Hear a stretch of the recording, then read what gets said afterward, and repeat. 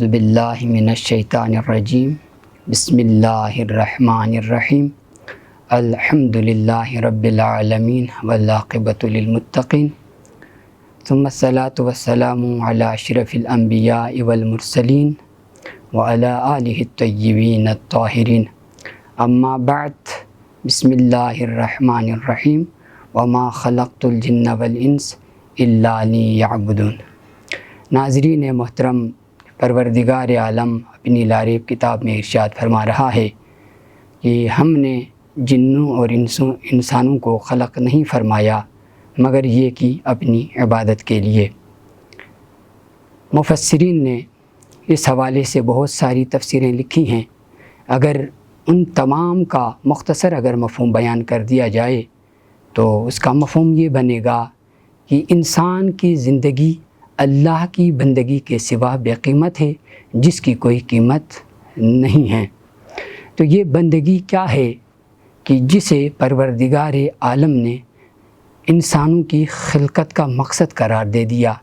تو اس حوالے سے بھی علماء نے بندگی کی کچھ تعریفیں کی ہیں، اور ان کا بھی اگر ہم مفہوم بیان کر دیں تو بندگی یعنی انسان کی زندگی کا ہر وہ کام کہ جو اللہ کے لیے ہو، رنگ خدائی میں ہو اور خالص ہو، تو اسے بندگی کہا جاتا ہے۔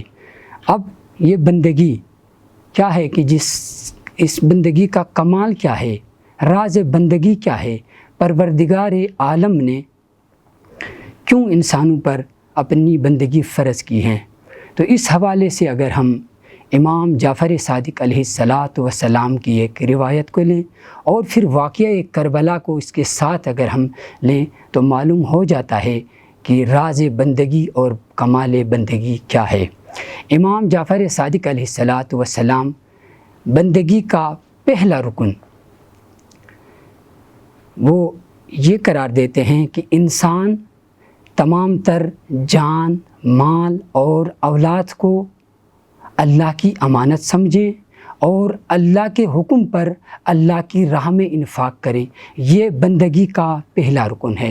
اگر ہم اس رکن کو واقعہ کربلا کے ساتھ اگر ہم جوڑیں تو امام حسین علیہ السلام جب مدینے سے مکے کی سمت نکلا تو اس وقت بہت سارے جلیل القدر اصحاب آپ کے سامنے آئے۔ مدینہ والے عزیز و اقارب تمام آپ کے گرد جمع ہوئے اور کہنے لگے کہ مولا آپ قیام نہ فرمائیے، آپ مکہ نہ جائیے، کیونکہ آپ کے پاس طاقت نہیں ہے، لشکر نہیں ہے، یزید کے پاس بہت بڑی فوج ہے، آپ کو شہید کر دیا جائے گا، آپ کا پورا کنبہ قتل ہوگا، آپ کا تمام اموال لوٹ لیا جائے گا، تو آپ مکہ نہ جائیے۔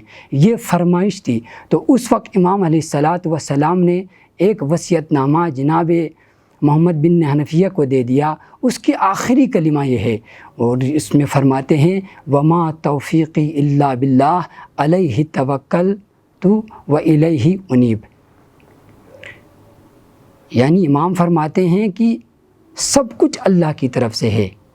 جب سب کچھ اللہ کی طرف سے ہیں تو یعنی کیا کہ جب اللہ کی طرف سے سب کچھ ہیں تو اللہ کی امانت ہیں، اور اب اللہ کی امانت کو اللہ کی راہ میں صرف کرنا، اللہ کی راہ میں انفاق کرنا، اس میں گھبرانا کیسا؟ اسی لیے امام حسین علیہ السلام پورے خاندان، اپنی جان اور پورے اموال کو اللہ کی راہ میں انفاق کرنے کے لیے آمادہ ہوئے۔ تو یہ بندگی کا پہلا رکن ہے کہ جو اللہ کے حکم پر اللہ کی راہ میں انفاق کریں۔ اسی طرح امام بندگی کا دوسرا رکن جسے قرار دیتے ہیں وہ اللہ پر بھروسہ۔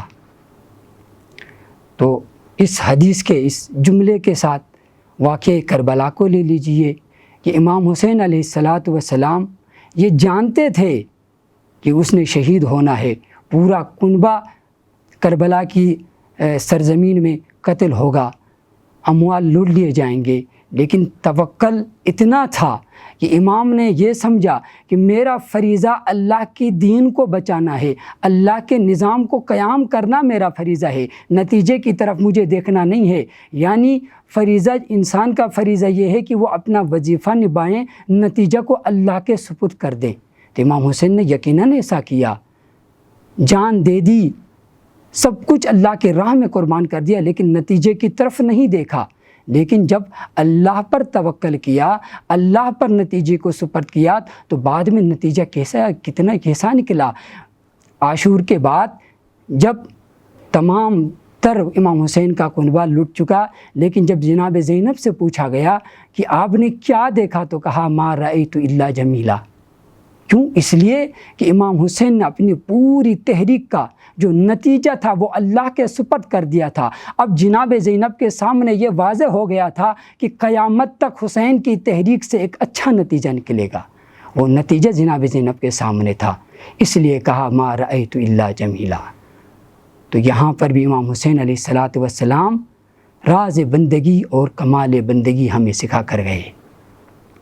اور امام جعفر صادق علیہ السلام بندگی کا تیسرا رکن جسے قرار دیتا ہے وہ یہ ہے کہ اللہ کے حکم کی تکمیل، اور اللہ نے جس چیز سے روکا ہے اس سے اپنے آپ کو روکیں، اس سے پرہیز کریں۔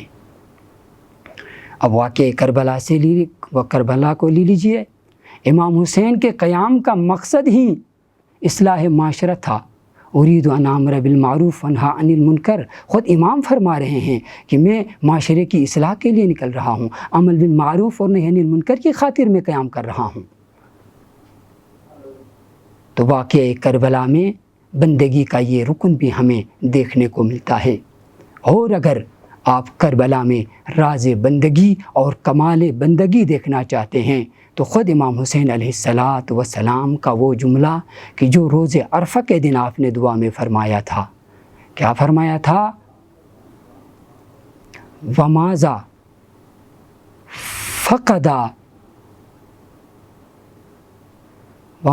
وماذا وجد من فقدک وما الذی فقد من وجدک۔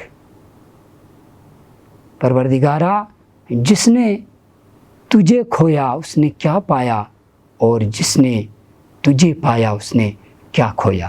اور اسی طرح اگر انبیاء ما سلف کی تاریخ کو اگر ہم اٹھا کے دیکھتے ہیں، خصوصاً حضرت ابراہیم علیہ السلام کی تاریخ کو اگر ہم پڑھ لیں تو یقیناً بندگی کے انہی 3 بنیادی جو رکن ہیں ان کا امتحان ہوا، اور ان پر کامیاب ہونے کی وجہ سے ابراہیم کمال بندگی اور راز بندگی کو سمجھ گئے، تو پھر پروردگار عالم نے اسے مقام امامت سونپ دیا، منصب امامت اسے عطا کر دیا۔ ابراہیم سے بہت سارے امتحانات اللہ نے لیا، لیکن جو 3 بڑے امتحانات تھے انہی 3 بنیادی ارکان کی تھی۔ پہلا امتحان جو ابراہیم سے لیا گیا وہ اللہ کی بندگی کا تھا، کیونکہ ابراہیم ایسے معاشرے میں پیدا ہو گئے تھے کہ جہاں پر بت تراشے جا رہے تھے، وہاں پر صنم کدے آباد تھے، وہاں پر ابراہیم نے اللہ کی بندگی کر کے دکھانی تھی، اور ابراہیم نے کر کے دکھایا، اور ابراہیم امتحان میں کامیاب قرار پایا۔ دوسرا امتحان کہ جو ابراہیم سے لیا گیا وہ ابراہیم کے توکل پر تھا کہ اللہ پر کتنا بھروسہ ابراہیم رکھتا ہے۔ تاریخ کی سب سے بڑی آگ ابراہیم کے لیے جلا دی گئی، روشن کر دی گئی ابراہیم کو جلانے کے لیے، لیکن ابراہیم گھبرائے نہیں، اور ابراہیم نے نتیجے کو اللہ کے سپرد کر دیا، اور اپنے مشن سے ہٹے نہیں، اپنے وظیفے کو جان لیا اور اپنے مشن پر قائم رہا۔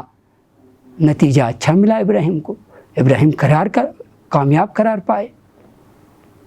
اور تیسرا امتحان کہ جو ابراہیم کا لیا گیا، اسی امانت داری اور صبر ابراہیم کا لیا گیا۔ ابراہیم کے لیے حکم ہوتا ہے کہ جوان سالہ بیٹا قربان ہو، اور ابراہیم اس میں بھی کامیاب ہو گئے۔ اب اگر اس کو واقعہ کربلا سے لے لیں، اگر شرط امامت ابراہیم کے لیے توکل تھی، تو کربلا میں اللہ پر بھروسہ رکھنے والے وہ مجاہدین تھے کہ جو 3 دن کے بھوکے پیاسے رہے، اور اسماعیل پہ اسماعیل قربان ہوتا جا رہا ہے لیکن اللہ سے کبھی شکوہ نہیں کیا۔ اگر ابراہیم کے لیے منصب امامت دینے کے لیے جو شرط امانت داری اور صبر کو رکھا گیا اور عبادت اور بندگی کو رکھا گیا، تو عبادت گزار ایسے کہ اگلی اکبر کی آذان سے عاشور کا دن شروع ہوا اور تیر و تلوار کے سائے میں حسین کے سجدے میں عاشور کا دن ختم ہو گیا۔ السلام علیکم ورحمۃ اللہ وبرکاتہ۔ اللهم صل على محمد وآل محمد، اللهم صل على محمد وآل محمد۔